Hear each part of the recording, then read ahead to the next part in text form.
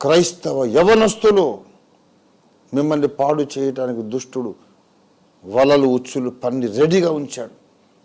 క్రైస్తవ కుటుంబాల్లోని యవనస్తురాళ్ళు, అమ్మాయిలు, కన్యకలు మిమ్మల్ని నాశనం చేయడానికి దుష్టుడు పొంచి ఉన్నాడు. Don't take it easy. లైట్గా తీసుకోకండి. మిమ్మల్ని మీ జీవితాన్ని సర్వనాశనం చేయడానికి, కన్యకలను పాడు చేయడానికి, పురుషులను కూడా పాడు చేయటానికి, మీ ప్రార్థన జీవితం పాడు చేయటానికి పొంచి ఉన్నాడు. నువ్వెందుకు కేకలు వేయటం లేదు? అనుదినము ఇంట్లోనూ ఉదయమే మోకరించి కేకలు వేయాలి. కేకలు వేస్తే రక్షకుడు ఉన్నాడు. రక్షకుడు లేడా నీకు? యేసయ్యా నేను ఇలాగా ఈ శోధనలో ఉన్నానని కేకలు పెడితే యేసయ్య రాడా? ఒక మనిషిని పంపడా? ఎందుకు మౌనంగా ఆ సిచ్యువేషన్ అంతటి గుండా మౌనంగా ఎందుకు నువ్వు పాస్ అయ్యావు? ఎందుకు దాటిపోయావు? ఆ మానసికంగా ఒత్తిడి వస్తున్నప్పటి నుంచి శరీరం కూడా పాడైపోయేదాకా why you maintain silence? Why silence before men and why silence before God? Are you not responsible? Deadly serious issue ఇది. Don't play with God. దేవుణ్ణి మనం మోసం చేయలేం. ఊరిలోనే పాపం చేసి కేకలు పెట్టకుండా ఉండి మళ్ళీ అది 10 మందికి తెలిసిన తర్వాత వాడు నన్ను బలవంతం చేశాడు అంటారు అమ్మాయిలు చాలామంది. ఇప్పుడు రవి జకరేష్ గారి ఇష్యూ కూడా అంతే. వాళ్ళందరూ ఇదిగో ఊర్లో కేకలు వేయకుండా ఉన్న రకం. ఆయన దోషి కనుక ఒకవేళ అయితే వీళ్ళందరినీ రాళ్ళేసుకొట్టి చంపాలి. అవును, ఊర్లోనే కదా, పొలంలో తీసుకెళ్ళి ఏం చేయలేదు ఆయన. మీరు ఎందుకు అరవలేదమ్మా? అప్పుడు డ్యూటరానమీ 22nd చాప్టర్ ప్రకారం ఫలానా సేవకుడు, ఆయనే కాదు ఇంకా ఎంతోమంది మీద వస్తున్నాయి అటువంటివి. ఫలానా పాస్టర్ గారు, ఫలానా ఇవాంజలిస్ట్, ఫలానా నన్ను ముట్టుకున్నాడు అని చెప్పి ప్రతి అమ్మాయిని రాళ్ళేసి కొట్టాలి. నువ్వెందుకు కేకలేదు? అప్పుడు పిచ్చి వేషాలు వేస్తున్నారా? చేసినంతకాలం అన్ని అక్రమాలు చేస్తారు, ఆడుకుంటారు. మగవాళ్ళతో ఆడుకునే ఆడవాళ్ళు ఎంతమంది ఉన్నారు? ఆడవాళ్ళతో ఆడుకునే మగవాళ్ళు ఉన్నారండి, కానీ మగవాళ్ళతో ఆడుకునే ఆడవాళ్ళు కూడా ఉన్నారు. మాటల్లో పెట్టి మభ్యపెట్టి మాయ చేసి అతనితో అన్ని సుఖాలు అనుభవించి, అతనితో ఖర్చులు పెట్టించి, అతని పర్సు ఖాళీ చేయించి,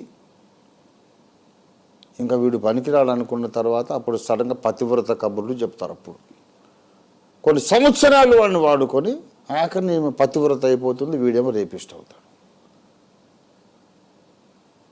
దేవుని ముందు సాగదు ఈ ఆటలు. ఫలానా పురుషుడు నన్ను బలవంతం చేశాడని ప్రకటించే అమ్మాయిలలో అధిక సంఖ్యాకులు అప్పటికప్పుడు నాకు కూడా అవసరం లే, ఇతన్ని మంచి చేసుకుంటే నాకు కొన్ని అవసరాలు తీరిపోతాయని సైలెంట్గా కోఆపరేట్ చేసిన రకాలే తర్వాత కేకలేస్తారు. పురుషుడు ఆశపడ్డాడు, ఎందుకంటే వాడికి కడుపు రాదుగా, మరి వాడు ప్రెగ్నెంట్ కాడు కదా, వాడికి భయం ఉండదు. మరి నీకు భయం ఉండాలి, నీకు కదా కడుపు వచ్చేది, నీకు గర్భిణి అయ్యేది నీవు.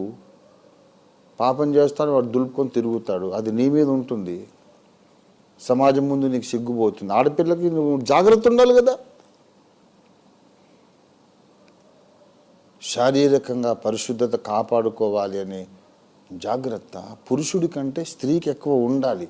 ఎందుకంటే ఒకవేళ ఏదన్నా తప్పు జరిగితే నిందంతా ఆమె మోస్తుంది, మగోడు మయుడు ఆమె మోస్తుంది.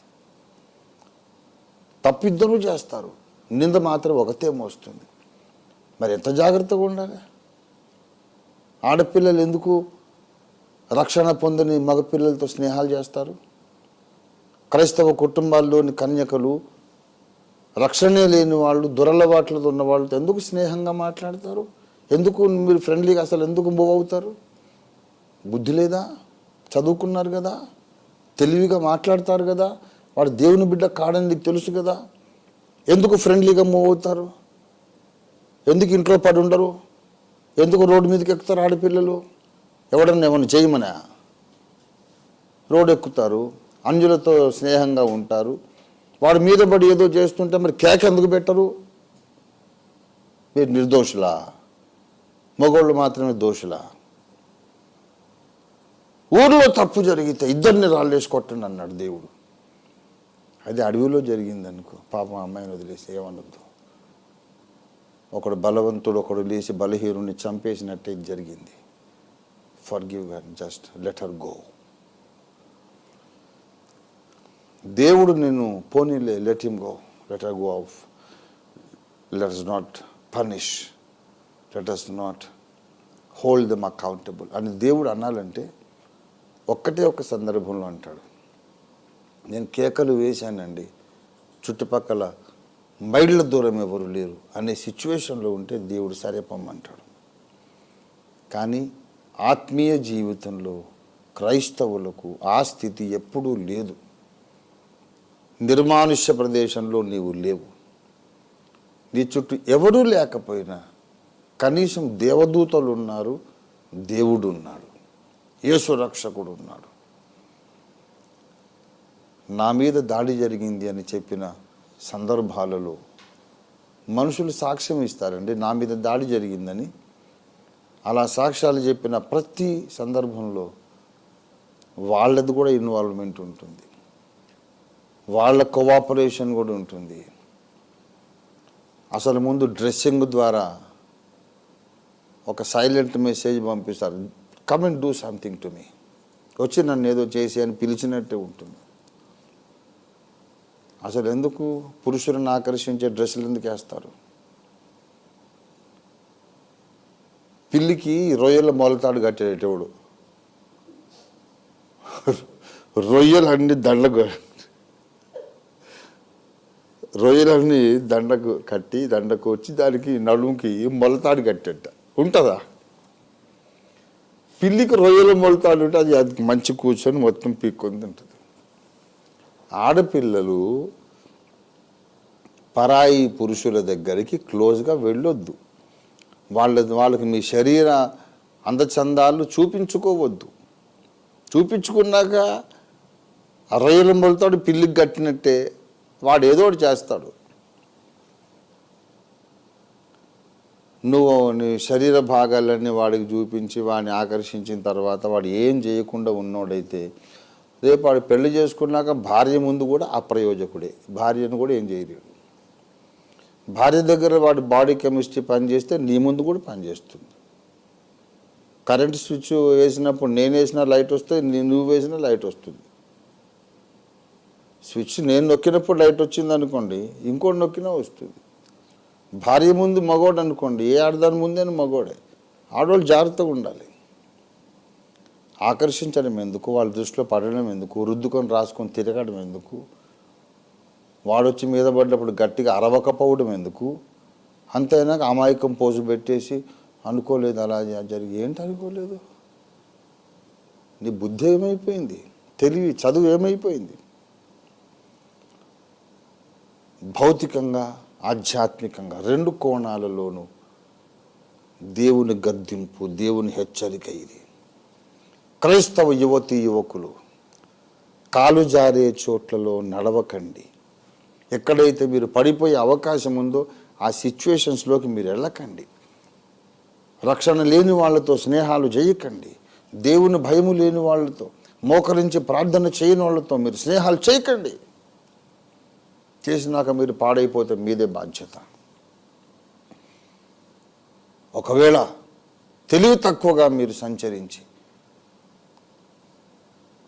తెలియక అజ్ఞాన ప్రవర్తనతో పడిపోయే పరిస్థితుల్లోకి వెళ్ళినప్పుడు గట్టిగా కేకలు పెట్టండి. ఇటు మనుషులు వినబడేటట్టు కేకలు పెట్టండి, దేవుడికి వినబడేటట్టు కేకలు పెట్టండి. నువ్వు పాడైపోయే సమయం వచ్చినప్పుడు గట్టిగా కేకలు పెట్టు. మనుషులకు వినబడాలి, దేవునికి వినబడాలి. నువ్వు బ్రతికిపోతావు, సేఫ్గా బయటకు వచ్చేస్తావు. ఆధ్యాత్మికంగా కూడా ఈ కడవరి కాలంలో అనేకులు విశ్వాస భ్రష్టులైపోతారు అని ఆత్మ తేటగా చెబుతున్నాడు.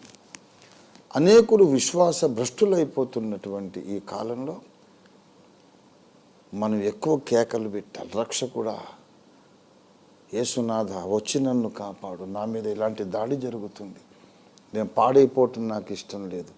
యేసయ్యా, నేను నీకు ప్రదానం చేయబడ్డాను, దుష్టుడు నా మీద దాడి చేస్తున్నాడు, నాకు ఇది ఇష్టం లేదు, please protect me and save me.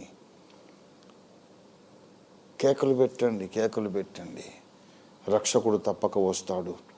మిమ్మల్ని, మీ భక్తిని, మీ విశ్వాసాన్ని, మీ ప్రార్థన జీవితాన్ని, మీ మీద ఉన్న అభిషేకాన్ని రక్షకుడే కాపాడుతాడు.